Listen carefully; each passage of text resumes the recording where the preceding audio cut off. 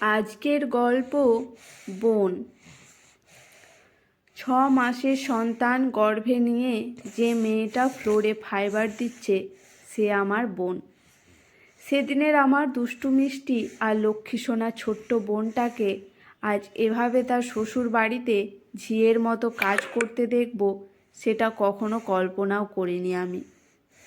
এমন অসময়ে কলিং বেলের আওয়াজে সে ধারণাও করেনি যে আমি আসতে পারি, কোনো খবরও যে দিইনি আগে। তাই কলিং বেল বাজানোর পর দরজা খুলে দিতে পাঠিয়েছিল তার ননদের ছোট ছেলে তাসনিমকে। ওরা হয়তো বেড়াতে এসেছে। আমার উপস্থিতি টের পেয়ে ঘাবড়ে যায় মারিয়া। তড়িঘড়ি করে হাত থেকে ফাইবারটা রেখে দেয় ও। ওড়না দিয়ে নাক মুখের ঘাম মুছতে মুছতে এগিয়ে আসে আমার দিকে। চোখ মুখে তার বিস্ময়, সাথে ভুবন জোড়ানো আনন্দের ছাপ। এসেই আমার সামনে দাঁড়িয়ে বলে ওঠে, আরে ভাইয়া, ভাইয়া যে হঠাৎ এ সময় কি করে আসলে? কেমন আছো তুমি? বাড়িতে মা বাবা তারা কেমন আছেন? আমি চুপ করে দাঁড়িয়ে রইলাম। মুখে কোনো কথা আসছিল না। এমন সময় ভেতরের রুম থেকে আওয়াজ আসলো, ও জমিদারের বেটি মারিয়া, এতক্ষণ লাগে এইটুকু ঘর ফাইবার দিতে? তা মা বাবা কি কাজ টাজ না শিখিয়েই আমার ছেলের গলায় ঝুলিয়ে দিয়েছিল তোমায়? ফাইবার দেওয়া শেষ করে তাড়াতাড়ি এসে ওখান থেকে প্লেটগুলো নিয়ে যাও। সায়েম আসার আগেই গোসল করে ফ্রেশ হতে হবে। আমার ছেলে যেন আবার এসব এসে না দেখে, ঠিক আছে? পুরো বিষয়টা আমার কাছে দিবালোকের ন্যায় পরিষ্কার হয়ে গেল। তার মানে সায়েম এ বিষয়ে কিছুই জানে না। তার অজান্তেই আমার বোনটাকে দিয়ে বাসার সকল কাজ করানো হয়। রক্ত যেন মাথায় উঠে গেল আমার। মারিয়াকে বললাম, ফাইবারটা নিয়ে কাজ করা শুরু কর, আমি দাঁড়াচ্ছি। আমার মুখে এমন কথা শুনে ও অবাক হয়ে আমতা আমতা করে বলল, এটা কেন বলতেছ? আমি তো এমনিতেই এটা নিয়ে একটু কাজ করে দেখছিলাম। আমি এত সব কাজ করি না, এসব কাজ এখন মাই করেন। রাগান্বিত স্বরে আমি বললাম, যা বলছি তা কর, আমি দাঁড়াচ্ছি। সেই ছোটবেলা থেকেই মারিয়াকে কোলে পিঠে করে বড় করেছি। বড় ভাই হয়েও সব সময় বন্ধুর মতো ওর পাশে থেকেছি। আদর, স্নেহ, মমতা আর ভালোবাসার কখনো কোনো কমতি দিইনি ওর ক্ষেত্রে। আমাকেও ছোটবেলা থেকেই যেমন ভালোবাসতো, ভরসা করতো, তেমনি ভয়ও পেত। কখনোই আমার অবাধ্য হতো না। এবারও চুপচাপ গিয়ে ফাইবারটা নিয়ে কাজ করতে লাগলো। আমি পকেট থেকে ফোনটা বের করে মিনিট তিনিকের একটি ভিডিও বানালাম ওর কাজের। এরপর এগিয়ে গিয়ে সোফায় বসিয়ে দিলাম ওকে। ফাইবারটা নিজে হাতে নিলাম। গোটা রুম ভালো করে ফাইবার দিলাম। আমি আবার এসবে ওস্তাদ। হসপিটালিটি ম্যানেজমেন্টে পড়াশোনা ও কাজের অভিজ্ঞতা থেকে এসবে দক্ষতা আসলে। চোখের পলকেই রুমের সবগুলো কাজ করে ফেললাম। বোন আমার বিস্ময় হয়ে শুধু দেখেই যাচ্ছে। কিছুক্ষণ পর ভদ্রমহিলা আবার চেঁচালো, মারিয়া, আমার কথা বলতে চাইলেও ওকে থামিয়ে দিলাম। ওই রুমটা ভেতরের দিকে, এদিক থেকে খুব জোরে কথা না বললে সেখান থেকে শোনা যাবার কথা নয়।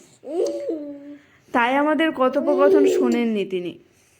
মারিয়াকে বললাম, এখানে চুপচাপ বসে পিঠাগুলো খেয়ে নে, মা বানিয়ে পাঠিয়েছেন, আমি একটু আসছি।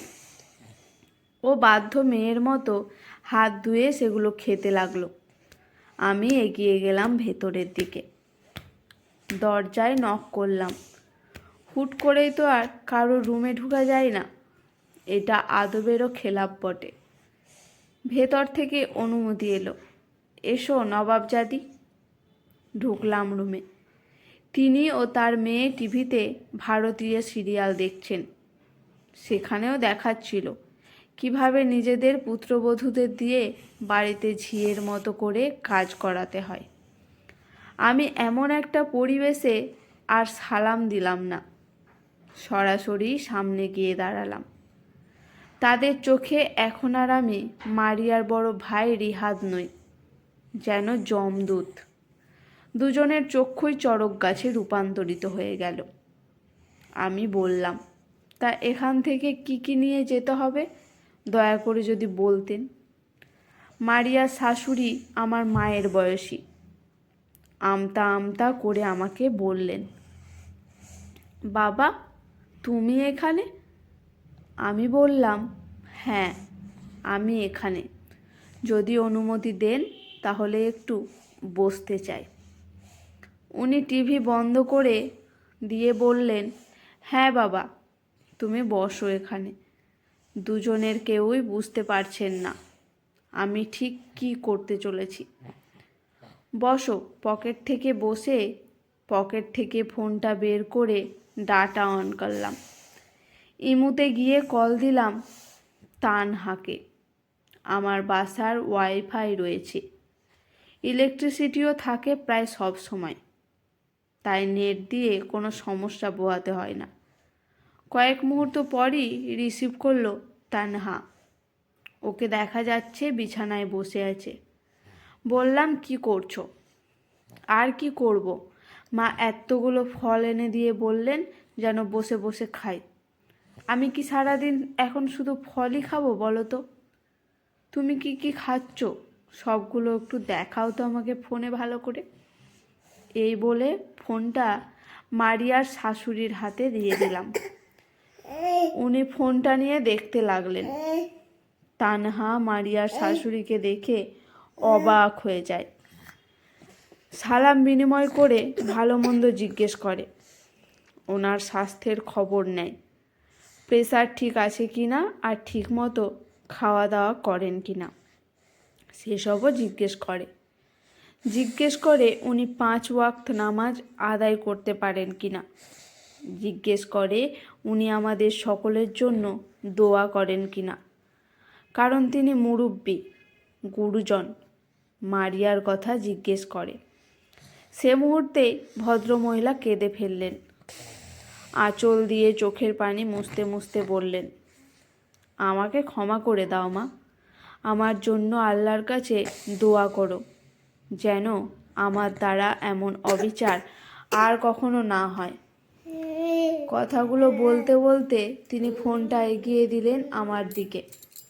তানহা বিস্মিত হয়ে গেল, জানতে চাইল হঠাৎ কি হয়ে গেল। বললাম, বাড়ি এসে বলবো, এখন রাখছি। উনি বিছানায় বসে কাঁদছেন। ততক্ষণে আমি মারিয়ার ভিডিওটা সায়েমকে সেন্ড করে দিয়েছি। সাথে লিখেছি, ভুল মানুষই করে, তোমার মাও একজন মানুষ। আমি চেষ্টা করেছি ওনার ভুল ভেঙে দিয়ে ওনাকে শোধরাবার সুযোগ করে দেওয়ার। আশা করছি উনি নিজেকে শুধরে নেবেন, তবে নাও নিতে পারেন, তাই এটি পাঠাতে হলো। এখন কোনো পদক্ষেপ নেওয়ার আর দরকার নেই, ভবিষ্যতে প্রয়োজন হলে নিও। যেটুকু করো সেটুকু একজন স্বামী হিসেবে স্ত্রীর প্রতি থাকা দায়িত্ব আর কর্তব্য পালনের দায়বদ্ধতা থেকে করতে হয়। ভদ্রমহিলা উঠে দাঁড়ালেন। এবার আমাকে বললেন, প্লেটগুলো নিজে হাতে উঠিয়ে নিয়ে গেলেন কিচেন রুমে।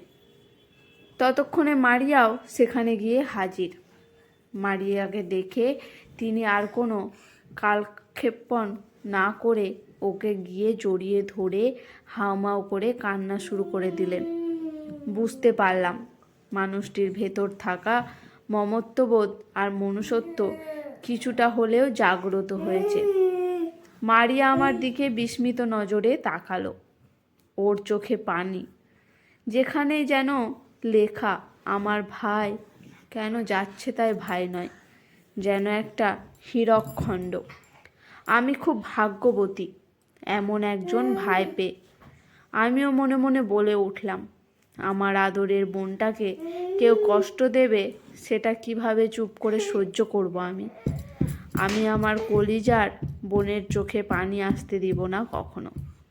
প্রয়োজনে 7 জমিন ওলটপালট করে দিতেও আমি কোনো দ্বিধাবোধ করব না। আজকের গল্পটি এখানেই সমাপ্ত। গল্পটি কেমন লাগলো অবশ্যই কমেন্ট করে নিচে জানাবেন।